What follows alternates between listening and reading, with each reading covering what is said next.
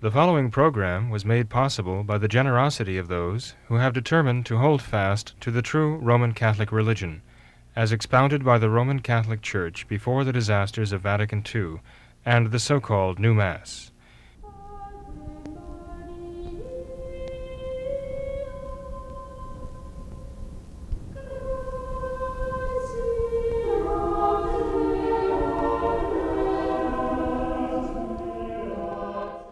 Hello and welcome to What Catholics Believe. I'm your host, Thomas Nagley. With me tonight is Father William Jenkins. He's a member of the Society of St. Pius V. He's also the pastor of Immaculate Conception Church right here in beautiful Norwood, Ohio. Hello, Father. How are you? Very fine, Tom. Thank you. Enjoying the beauties of Norwood. That's right. It's a great place to be. It certainly is. Father, I thought we could return to the email inbox tonight. We have a few emails that I'd like to get through.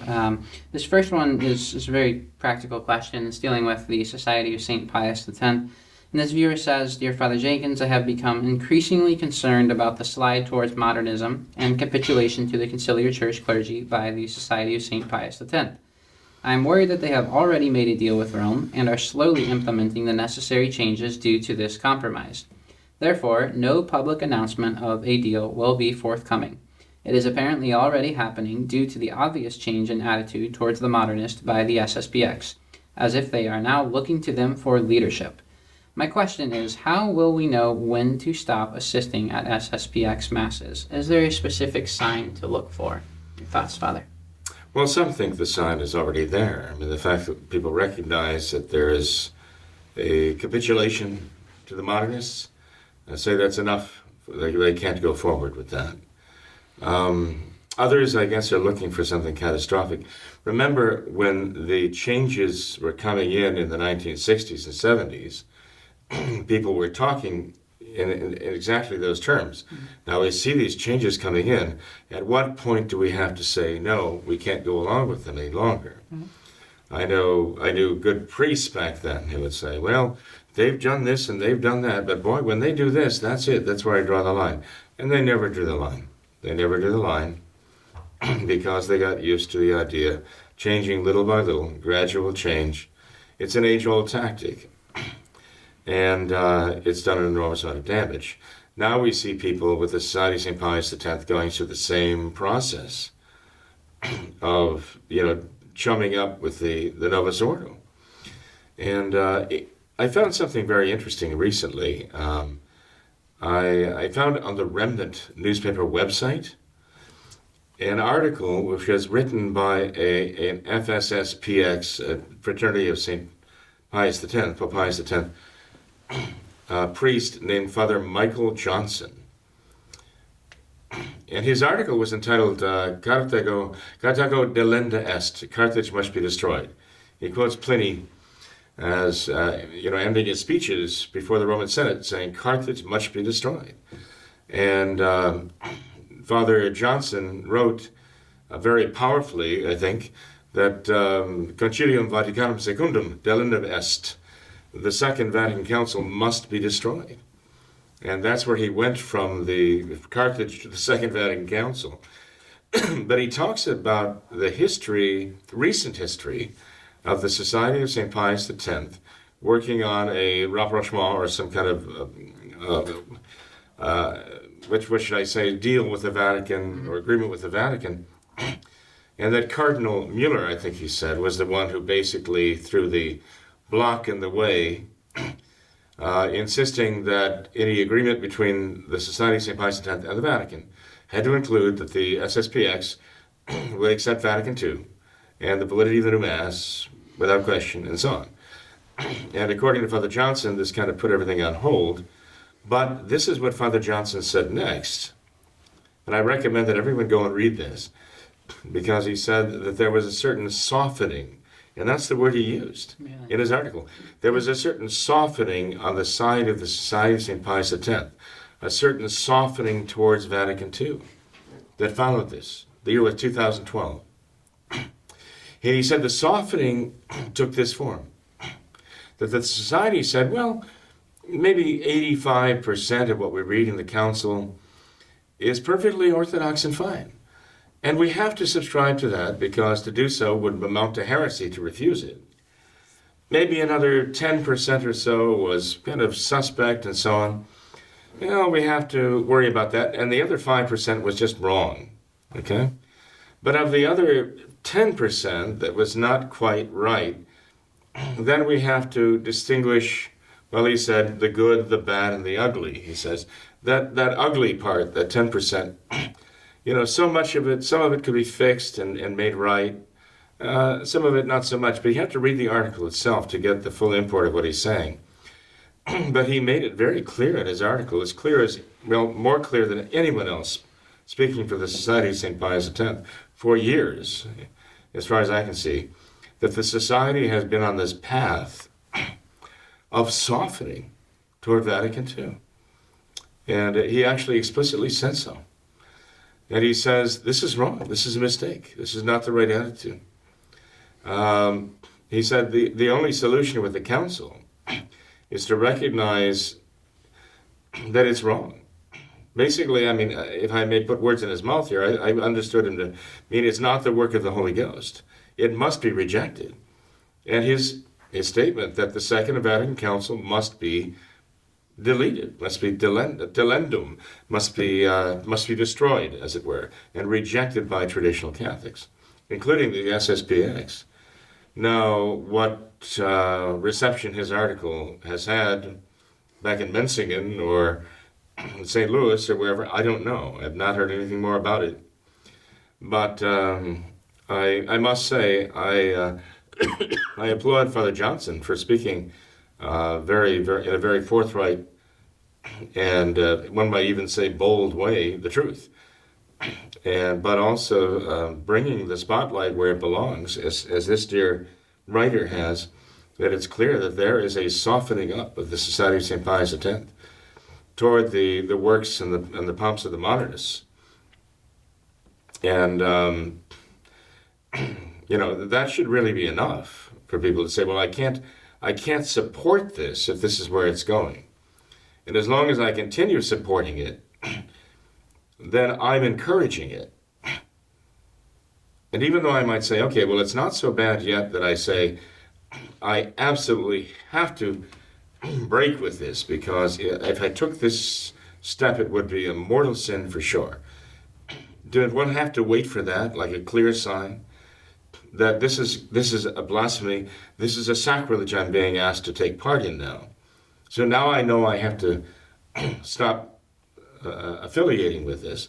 It shouldn't wait for that. I mean, that's how people waited for Vatican II to work out, saying, okay, well, if it becomes clear that I'm committing a sacrilege or a blasphemy, okay, that's where I draw the line. When they got to hand communion, and they were won over that it's not really that bad, because it used to be, they had all kinds of excuses at that time, but they'd gotten accustomed to making those excuses. And if people going to the SSPX now find themselves making excuses, they know they've already gone too far. Mm-hmm. Don't wait to be faced with a question of a blasphemy or a sacrilege, or you're beginning to worry about whether you're going to be faced with it. The fact is that you see that on the horizon. By continuing to support it, you're encouraging that to happen. And this is the time to take a stand and say, no, we're not going to go that way. Father, some time ago on this program, we talked about the book Liberalism is a Sin, and I know the author in that book, he points out this is the MO of the liberals. They will kind of, take this slow and steady progression towards liberalism.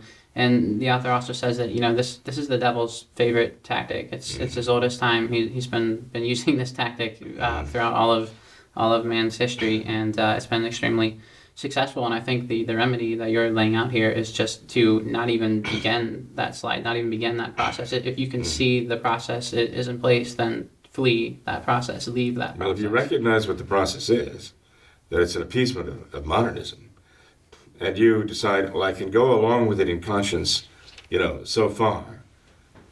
Well, the fact is you're already saying, I'm encouraging it. I'm willing to encourage it by my continued support of it. Mm-hmm. And if it ever gets to that point, that I fear, I will have actually helped to bring it to that point, not resisted it. So this is the problem that we're facing, that many people in the SSPX are facing right now. And I think this also explains why, whereas Archbishop Lefebvre would speak out and condemn the error and speak boldly the truth. But he would boldly speak the truth and as equally boldly condemn the error. But the SSPX, they call for fast reparation for the idolatry that went on in the Vatican during the Amazonian Synod. But as far as condemning the evil of it, they've been very muted about that. Mm-hmm. And that's a bad sign. All right, Father, let's move on to another email here. It's from a viewer who says, Father Jenkins, thank you for WCB. I really enjoy the program, so much so that I would love to move my family to the area so my children could attend the academy. Anyway, I attend a sedevacantist parish in a neighboring state. While I am 100% pre-Vatican II traditional Catholic, the sedevacantist position is a difficult one to discern, as is the validity of certain episcopal consecrations. I understand your position on Thuc and sedevacantism, but isn't discerning these a great deal to ask of lay people? I don't think it is a great deal to ask of them. I think the situation we're in today requires that. I mean, let's face it, Tom, it's impossible to escape having to make decisions. We're confronted with this reality of these decisions. And so we have to pray for the grace to not only understand right from wrong, what is compatible with the faith and what is not, but we have to pray for the grace to have the strength of will to make the sacrifices necessary to be faithful, take the practical steps to be faithful. The moment we say, well, this is more than I should be required to understand or figure out. Again, I mean, this is going back to 1960, 1970, when the changes were coming in and people were saying, well, I'm not a theologian. I can't be held responsible for just doing what I'm told, right? And they supported the destruction of their parishes. They supported the destruction of their faith, the faith of their families, and so on, because they were not willing to face those difficult questions. So even though I do sympathize or even empathize, as it were, with those who are facing those hard decisions, then I just don't see how we can be faithful to our Roman Catholic faith. I don't see how we can be even worthy of our Catholic ancestors who had to make some very difficult decisions. Right up to our parents and grandparents who had to face going through Vatican II and making some very difficult decisions. If we now say, oh, well, that's beyond me, I shouldn't be required to shouldn't be held responsible for knowing and taking action on this.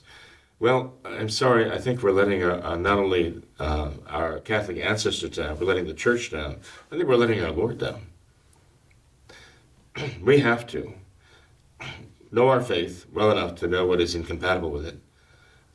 And if we see that there is a question of something that could be, well, contrary to all Catholic tradition, we can't just say, well, this is just too involved for me. That's more involved than I want to get to knowing the answers to this. So I better back away and not think about it. No, we have to. We have to try to make the necessary distinctions and do the right thing. And Father, perhaps this relates to this email, but I've actually been doing some very interesting reading lately from an author who talks a lot about Aristotle and how he essentially used natural reason to reason himself to reason himself to God, essentially to belief in a God. Although his faulty, but right, his conception of God was very faulty, but nonetheless he went through this very complicated process of natural reasoning to arrive at the conclusion that there must be this unmoved first mover, and the author talks about how complicated and detailed and intricate this process was, and yet he says that Catholics, they simply have this dropped in their laps, essentially, with the theological virtues and the grace there. So perhaps if these issues are complicated, that may be true, but perhaps a good method to follow would be to pray for that grace. Pray for enlightenment. Of understanding. Yeah. And it's not just a matter of discernment, it's a matter of enlightenment from God. Right. And so, if we're left to our own discernment, Francis and the modernists love the word discernment. because it opens up a broad field of, whatever they can kind of work out in their own minds and justify. That's the way to go. That's fine. But we don't have. There are certain things we don't have to discern in the sense that God has made things very clear to us. Right. He's enlightened us through our faith and through the working of the Holy Ghost to show that this clearly is not compatible with the Catholic faith and the practice of the Catholic religion. And so we definitely cannot go this way.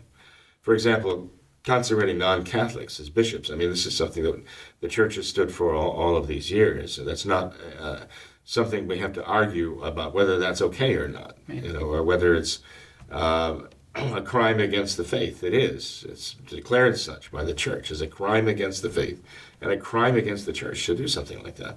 Totally contrary to all Catholic tradition. And so there are certain things we don't. The thing that concerns me, I mean, people make up an issue like that, saying, well, we have to discern, whether or not, how seriously to take that, or whether.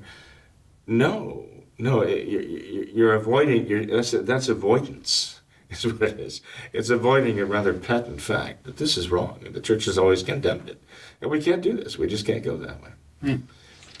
Father, I wanted to get into another email because it has some similar threads to what we've been talking about. It's from a viewer who says that as a layperson, I find it very difficult to judge matters involving theology and canon law. There are clergy with opinions 180 degrees opposed to one another. So how is a layman to decide? On the other hand, he says, I do have education and training in finance and economics. I have studied a great deal of secular history. From this, I can see that the globalist New World Order agenda is evil. It is an attack on people's bodies, minds, and souls. It sets up a global dictatorship where the common man has no real say in how he chooses to live his life.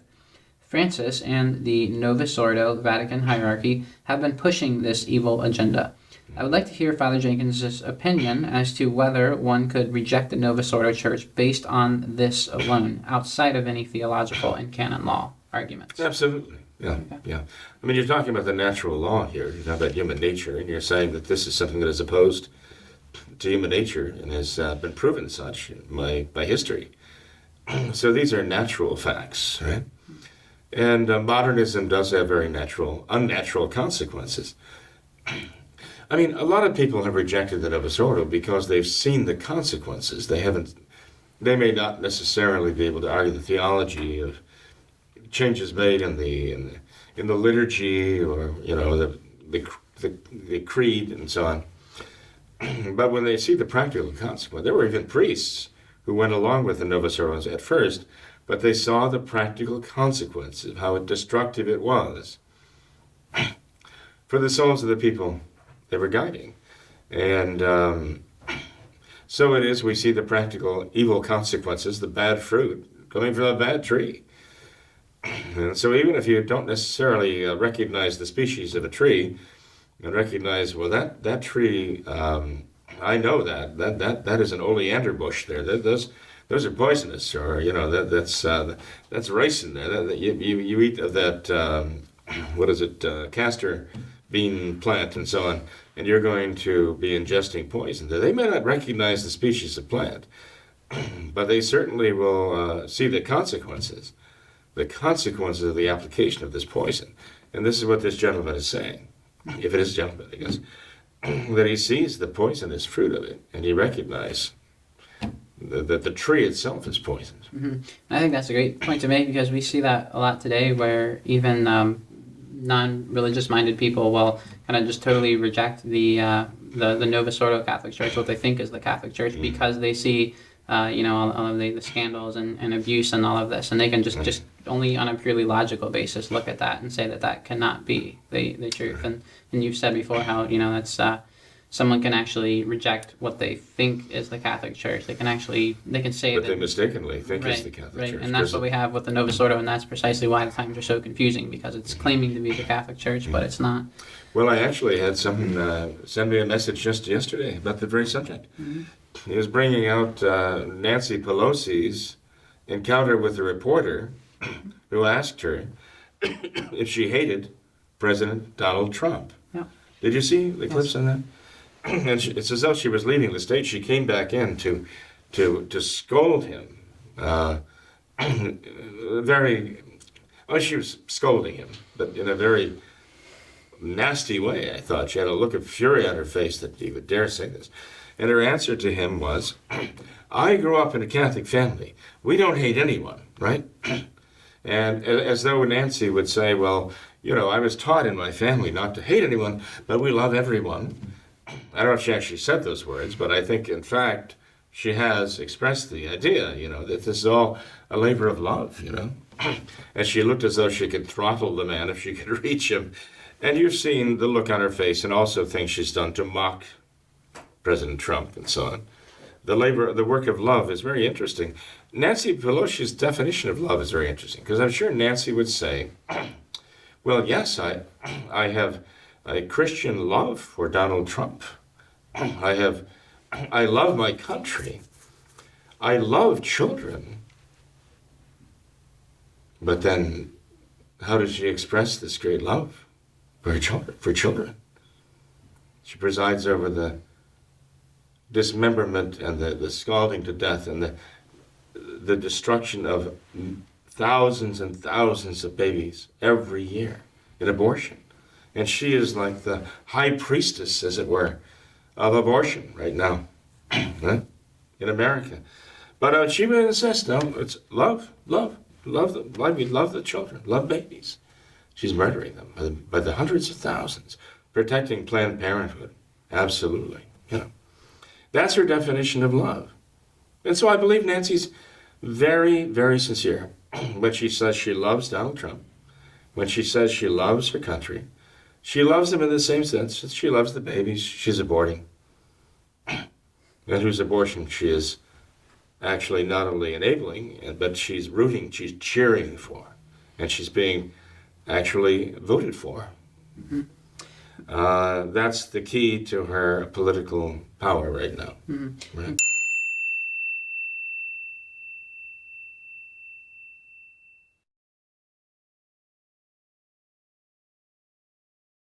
Father, I have the quote from her here in an article. She said, I don't hate anybody. I was raised in a Catholic house. We don't hate anybody, not anybody in the world. Don't accuse me of hate. As a Catholic, I resent you are using the word hate in a sentence that addresses me. I don't hate anyone.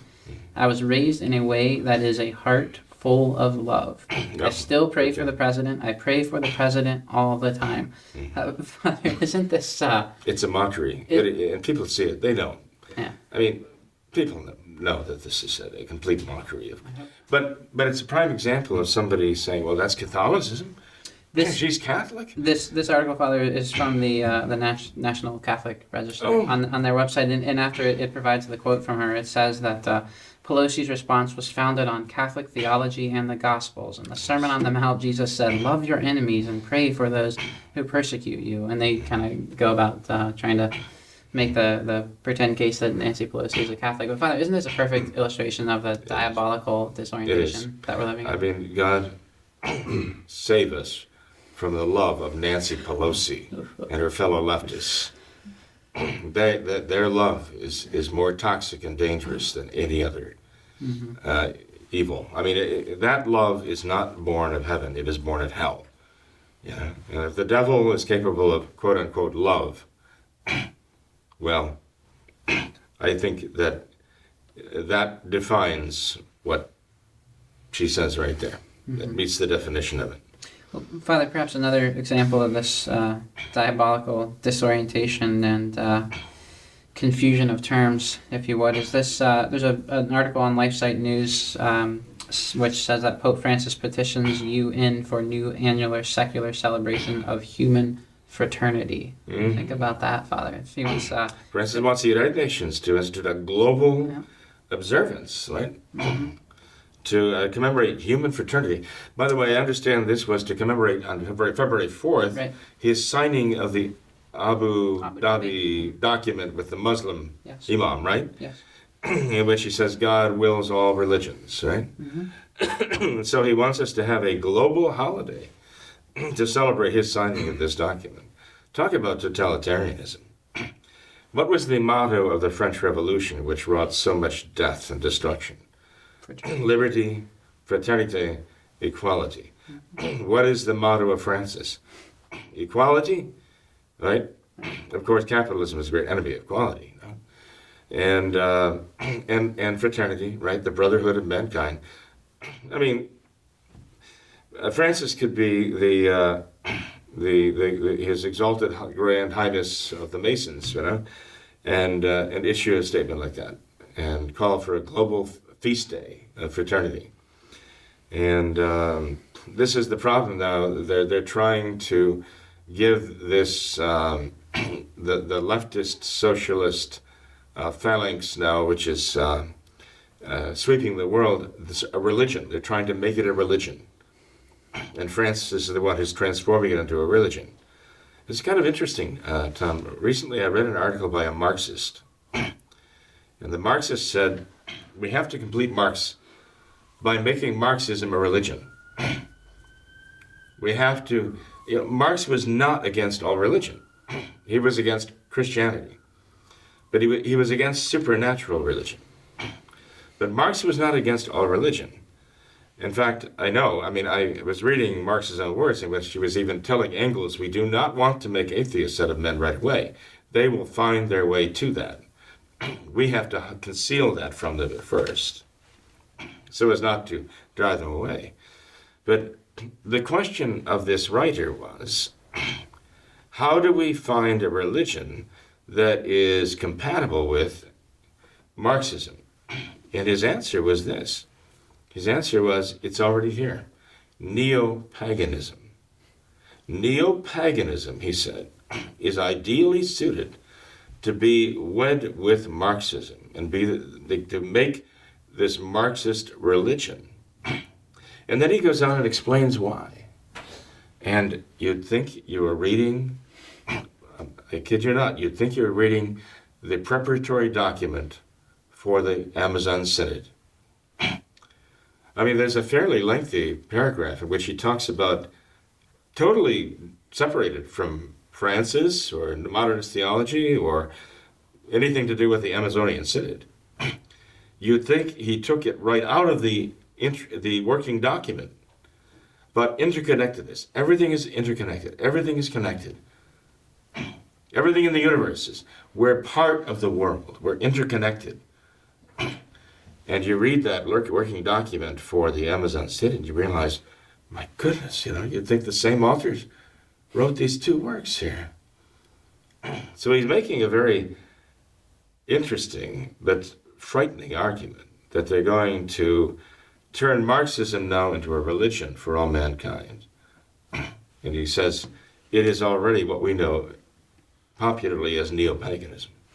Well, Father, speaking of neopaganism, there's something else that we wanted to get into tonight, and that's Cardinal Burke. He said that diabolical forces have entered St. Peter's Basilica through the Pachamama idolatry. And because of this, it says, this is again from LifeSite News, it says that Cardinal Raymond Burke is backing a France-originated call to prayer and reparation on December 12th for the Pachamama idolatry that took place at the Vatican during the Amazon Synod.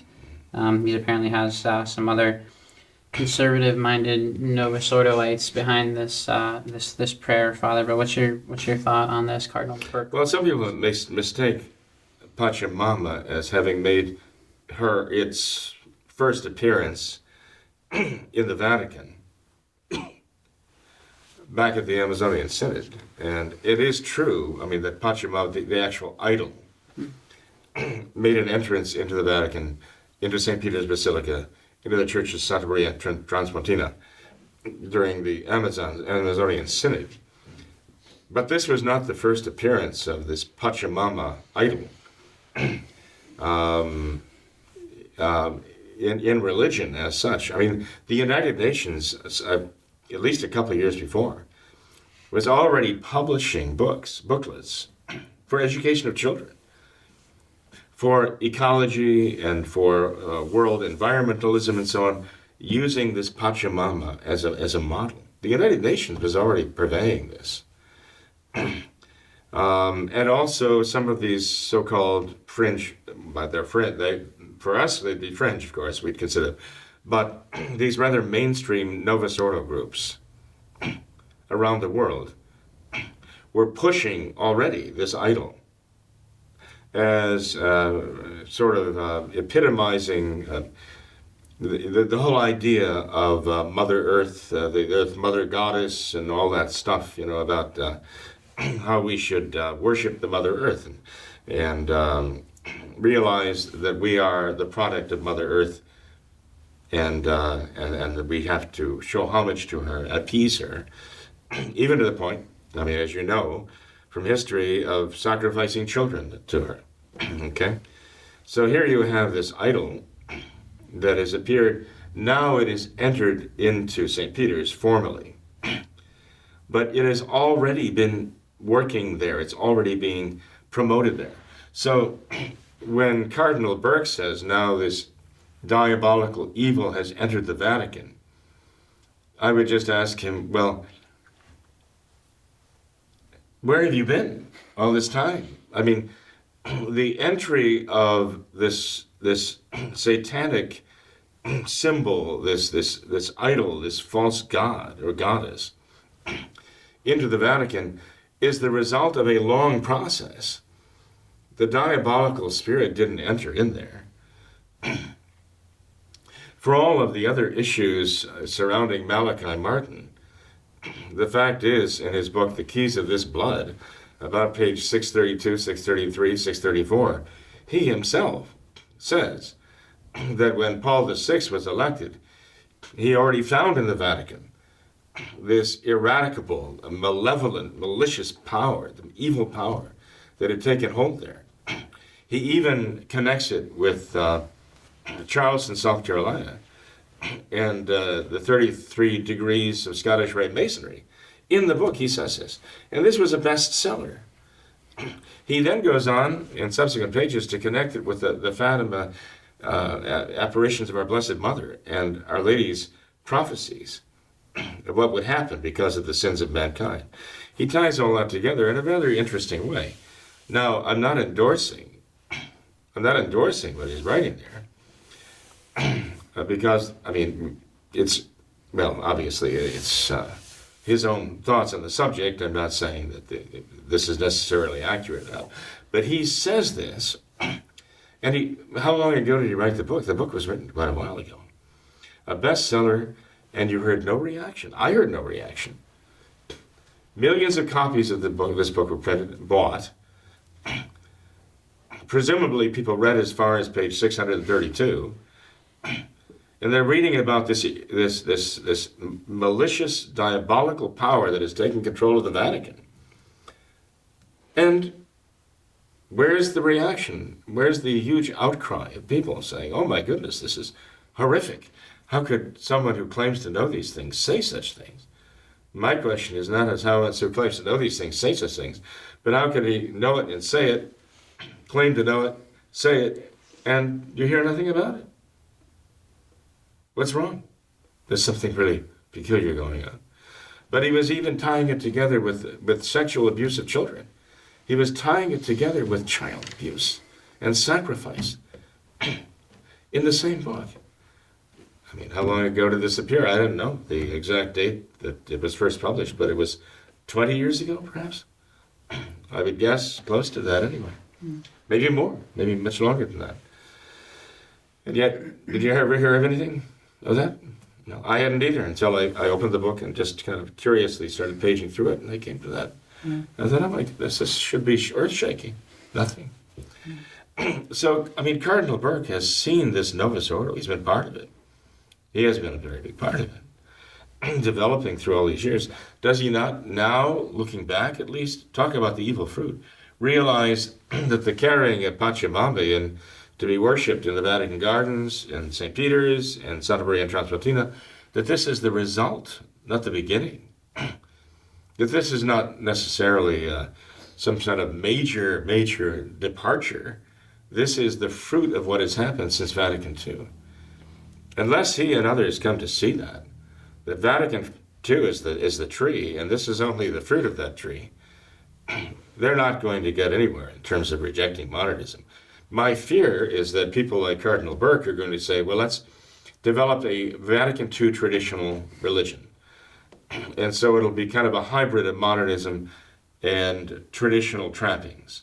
And so many traditional Catholics will follow that because they'll say, oh, look, he said Dominus Vobiscum. We heard him say Kyrie eleison. This must be traditional. And they look no farther. The problem is that many of these people who claim to be traditional Catholics are not really looking for a priest or church that is really traditional Catholic. They're just looking for a priest or a church they can be comfortable with. And as long as he says a few words of Latin, hey, that satisfies the need right there. But that isn't Catholic tradition. There's so much more to it.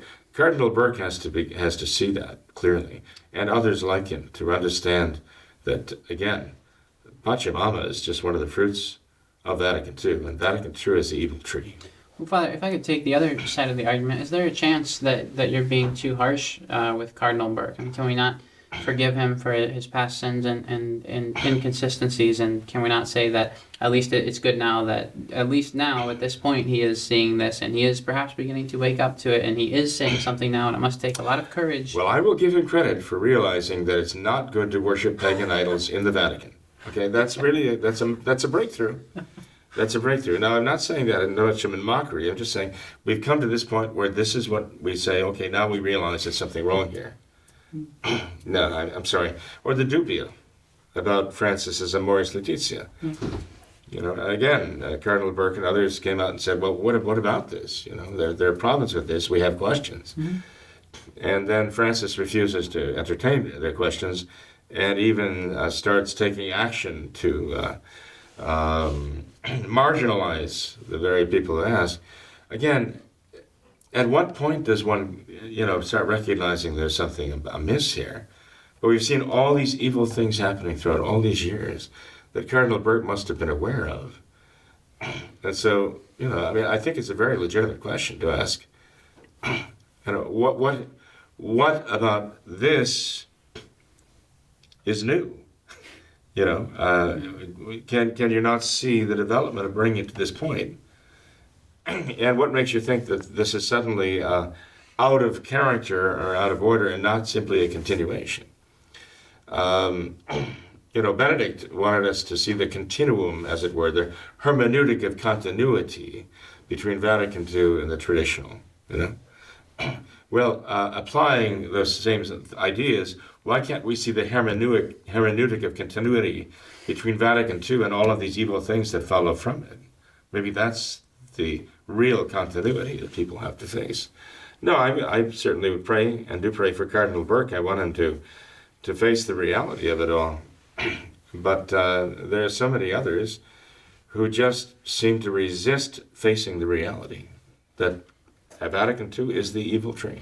And, Cardinal Burke, he talks about these diabolical forces entering the Vatican. If he really wants to be honest, wasn't it Paul VI, decades ago, back in the 60s, I believe, who said, the smoke of Satan has entered the church? I mean, isn't that a... Well, they found a way to try to sort of derail that and make it mean something quite different. But, here we are, we're talking about Cardinal Burke, who says, now they brought a pagan idol into the church, now a diabolical influence has entered. Now, okay? And we have ample evidence that diabolical evidence had entered long before the Vatican II. We also have the Society of St. Pius X, who has softened, in the words of one of its own priests, softening its position with regard to Vatican II at this time, this very time. Certainly softening that position from Monsieur Lefebvre, their founder. And these are not good trends in themselves trying to, no matter what, trying to resist seeing the reality that Vatican II, I'll say it again, is the evil tree. And it is from that tree that all of these evil fruits have come. As a natural consequence, even. And at the same time that the SSPX is softening, then we have these illustrations like Cardinal Burke, who his rhetoric, it seems, is perhaps becoming more and more bold. There are those in the Novus Ordo, even Novus Ordo bishops and cardinals, who are willing to now challenge Francis. So they're directly challenge Francis. So we have on one side the supposedly traditional Society of St. Pius X softening and the Novus Ordo bishops and cardinals becoming more and more bold and more direct. How ironic is that? Tom, I don't know how well you might know of Archbishop Lefebvre and from his writings, perhaps, because I know you're too young to remember him in life. But I think anybody who knew him, and I'm not that I knew him, greatly, okay, I knew him well enough to think I can honestly make this statement accurately, that anyone who knew Archbishop Lefebvre could hear what he would be saying now about that Amazon Synod and about this Pachamama in the Vatican and Moloch outside or actually within the columns of the Colosseum. I think people would have a very good idea of what Archbishop Lefebvre would be saying. And it's not being said by the Society of St. Pius X, sad to say. Are there any final words, final thoughts before we close the program? Well, I think we have to, just face reality and hope that others do too. I mean, it's not easy to face these things. And when this gentleman says that, it's not too much for us to discern, I'm not claiming that it's easy to do this. I'm not saying that people just figure this out all at once. It doesn't come that way. But nonetheless, I think there's a certain compelling logic to facing what's happening and realizing what's behind it. Reason is the power, the ability to understand things in their causes. And if we apply the use of reason to what is happening to us, we can see very clearly what's causing this. And even though we might have certain sacred cows that we want to protect because we're too heavily invested, let's say, in Vatican II, and if I were a Cardinal Burke and thought, I'd invested my entire life now into Vatican II and carrying out Vatican II, or even an Archbishop Vigano, I would have to do some serious soul searching to say, well, I think I'm beginning to see now that the fruit of this has been very wrong. Just as priests who accepted Vatican II and the new Mass when it first came out came to realize there's something very wrong with this. There's poison in this. And they had to often sacrifice their livelihood, their future of advancement and preferment of this. If they'd only been quiet, just like the martyrs were offered, noble marriages and riches, if they would sacrifice to the idols of Rome. People had to make hard decisions, and that's where we are right now. If we're going to keep our faith and be faithful to Christ, we have to be ready to do that. But we have plenty of examples in the saints, and we certainly have they are there as champions in heaven praying for us right now. But it's a matter of being faithful to our Lord, ultimately. We have, of course, here within the octave of the Immaculate Conception of our Blessed Mother, we have a primary example of absolute unwavering fidelity to the will of God in our Blessed Mother. And she really, above all, is our champion. So we have to look to her. When the devil looks at her, the Sacred Scripture says he sees an army drawn up in battle array against him. And think of our Blessed Mother as an army drawn up in battle array. That's hard for us. We don't usually see Our Lady that way. And we shouldn't. But her enemy does. I will put enmity between thee and the woman. Words of God himself spoken to the serpent after the sin of Adam and Eve. And so the devil sees her as his enemy. And she's so formidable, he sees her as an army armed against him. All of her virtues are those weapons. Of course, when we look at her, we see Tota pulchra est Maria, thou art all beautiful, Mary, because we see those weapons as adornments, some things of great beauty in her. So we have to turn to Our Lady, who is she's referred to in so many of the encyclicals as the one who crushes heresies. And this refers also back to the prophecy of Genesis 3:15, crushing the heresies. And the modernism we know from St. Pius X is the synthesis of all heresies. So we have to beg Our Lady to come to our aid here and crush the heresies of the most wicked one. But in order to approach and ask for that, we have to have a heart free from sin, a heart devoted to God and God's will. That's what we have to be. That's why we have to get back to the true traditional Mass with a true traditional Catholic priest, receive the true traditional Catholic sacraments, and begin practicing in its integrity the true traditional Catholic faith. That's where grace is. Father, thanks for being here tonight. Well, you're welcome, Sam, certainly. Yep. Thanks to all of our viewers as well for watching this episode of What Catholics Believe. Until next time, we ask that you all remember the words of Our Lady at Fatima, to consecrate yourselves and your families to the Immaculate Heart of Mary, and finally to pray and do penance. Thank you, and God bless you.